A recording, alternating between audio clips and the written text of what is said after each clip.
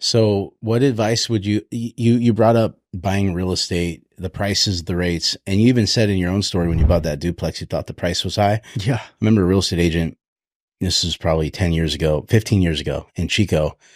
He was like, real estate's always a good deal 5 years from now, and I think right now in 2024, we have higher rates. We have prices did not come down. And so people that have been on the fence, they're looking at the market, and I think they're trying to make this decision of the lesser of all evils. Like, do we continue to rent and wait for rates to come down, or prices to come down? Yeah. And, I think a lot more people are educated now that prices didn't come down with rates going from 3 to 8%. In fact, they went up in most areas. So that's something to pay attention to. Yeah. Right. And now and when rates came down just a little bit in the beginning of this year, end of last year, every 1% rates come down, 100,000 more people enter the market. Wow. And so in order for prices to come down, there has to be more supply or less demand. Yeah. And if people are following what's going on, like, it seems highly unlikely, unless we were to have some sort of a black swan event that nobody expected. So I think right now what people have to realize is waiting for rates to come down, it seems like the worst option. Yeah. And I hate to say that, because to be honest with you, I kind of wish prices would have come down. And I'm sure it's in some degree you do too, because it would have created more opportunities for everybody, including us, Yeah.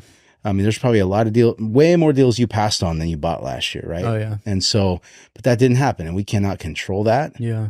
And so I think what people, and I'd love to hear your thoughts on this, but this is my thought. If people can't afford a home as they are now, don't expect them to get more affordable.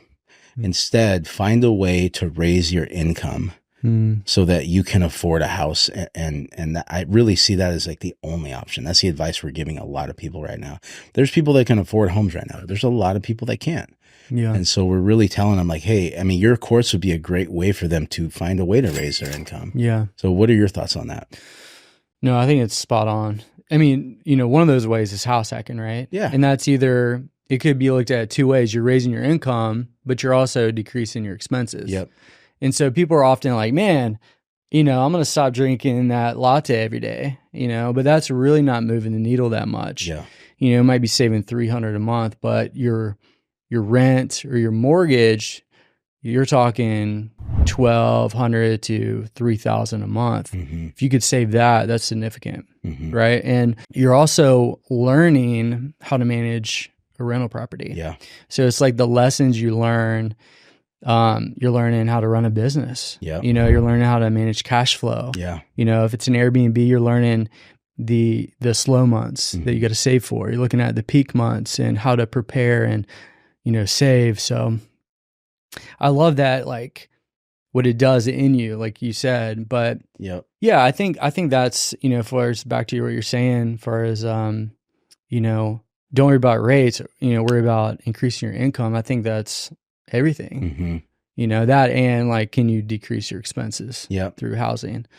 Yeah. And decreasing expenses in all the other areas too. I'm a big fan of a personal family budget, but I'm sure you would agree, like, that's only going to take you so far.